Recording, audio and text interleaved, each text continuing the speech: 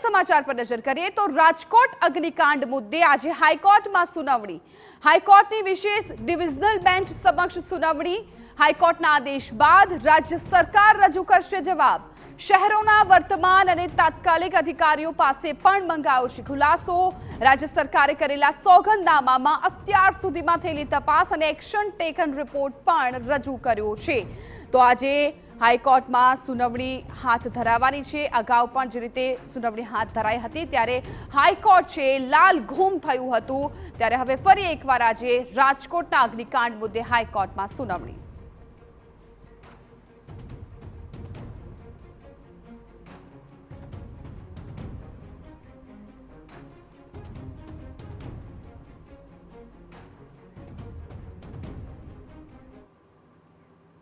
तो हमारा संवाददाता रौनक वर्मा आ मामले વધુ જાણકારી આપી રહ્યા છે। રૌનક, હાઈકોર્ટ આ બાબતે ગઈ વખતે પણ લાલ ઘૂમ થયું હતું, માનવ સર્જિત આખી ઘટના છે ગણાવી હતી। સાથે સાથે તમામ જવાબદાર અધિકારીઓ તેમના વિરુદ્ધ કડક કાર્યવાહી કરવાની પણ તેમણે આદેશ આપી દીધો હતો। આજે ફરી એકવાર સુનાવણી હાથ ધરવાની છે।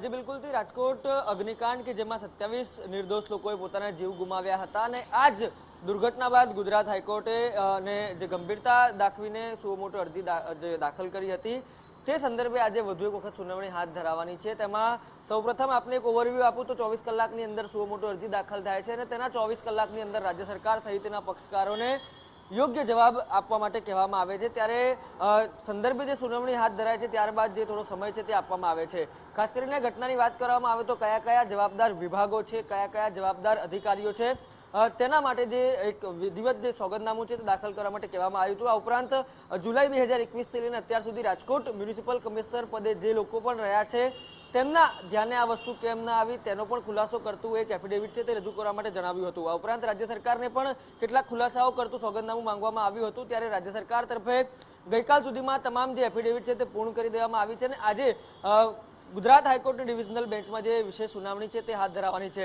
थोड़ीक ज वार में डिविजनल बेंच है कोर्ट रूम में आवशे ने सुनावणी हाथ धराशे त्यारे राज्य सरकार तरफथी पण जे विशेष सोगंदनामું છે તે दाखल કરવામાં આવ્યું છે। તેમાં राज्य सरकार द्वारा गठित जे विशेष दળ છે, विशेष तपास दળ છે તેમના द्वारा पण जे प्राइमरी रिपोर्ट है आपवामां આવ્યો છે તેમાં 10 मुद्दाओने आधारित કેટલીક બેદરકારીઓ છે તે ટાંકવામાં આવી છે। આ ઉપરાંત जुदा जुदा विभागोनी વાત કરવામાં આવે તો પોલીસ વિભાગના कया अधिकारीओनी बेदरकारी है, आ उपरांत राजकोट मार्ग और मकान विभागना कया अधिकारीओनी बेदरकारी है ते पण जे प्राइमरी रिपोर्ट है तेमां बताववामां आव्युं छे। उपरांत फायर विभागनी पण बेदरकारी है ते बताववामां आवी छे। महत्वनी वात ए छे के फायर जे एनओसीनी वात होय के पछी फायर सेफ्टी टूल किटनी वात होय ते मूकी हती परंतु तेमां कोईपण प्रकारनुं वोटर कनेक्शन है ते आपवामां न आव्युं हतुं ते पण एक खुलासो थयो छे। एटले के आ तमाम बाबतो ए दर्शावे छे के क्या क्या त्रुटिओ रही है, क्या क्या बेदरकारीओ रही है। आ तमाम बाबतों वच्चे राज्य सरकारे एक महत्वनी बात एफिडेविट में करी है कि जे विशेष तपास दળ છે एसआईटी છે તેને तपास માટે હજુ પણ સમયની જરૂર છે અને જ્યાં સુધી एसआईटी પોતાનો સંપૂર્ણ અહેવાલ નહીં આપે ત્યાં સુધી રાજ્ય સરકાર કોઈ પણ કડક પગલાં સુધી નહીં આવી શકે। બાકાયદા તેમના દ્વારા કહેવામાં આવ્યું છે કે અત્યાર સુધી જે બેઝિક લાગ્યું તેમના વિરોધી પગલાં લીધા છે પરંતુ કડક એક્શન લેવા માટે હજુ પણ તેમને સમયની જરૂર છે અને આ તમામ બાબતો જે એફિડેવિટમાં ટાંકવામાં આવી છે તે આજે કોર્ટમાં મૂકવામાં આવશે, મૌખિક રીતે મૂકવામાં આવશે ત્યારે કોર્ટ આ તમામ બાબતોને લઈને કેવું વલણ અપનાવે છે તેના પર પણ સૌની નજર રહેશે પરંતુ ખૂબ મહત્વની આજની જે સુનાવણી છે તે બની રહેશે। બિલકુલ રૌનક, આભાર સગવડ માહિતી બદલ। તો આજની જે સુનાવણી છે ખૂબ મહત્વપૂર્ણ બની રહેશે કેમ કે ગઈ વખતે જ્યારે હાઈકોર્ટમાંથી જે આદેશ સામે આવ્યા છે ખૂબ કડક હતા, લાલ ઘૂમ થઈ ગયા હતા અને જે તમામ અધિકારીઓ જવાબદાર છે તેમના વિરુદ્ધ કડક કાર્યવાહી કરવાની પણ માંગ કરી હતી। તમામ એ અધિકારીઓ કે જે 2021 થી લઈને 2024 સુધી રાજકોટમાં તેમનું પદ મળ્યું હતું એ તમામ લોકોની પૂછપરછ પણ કરવામાં આવી હતી।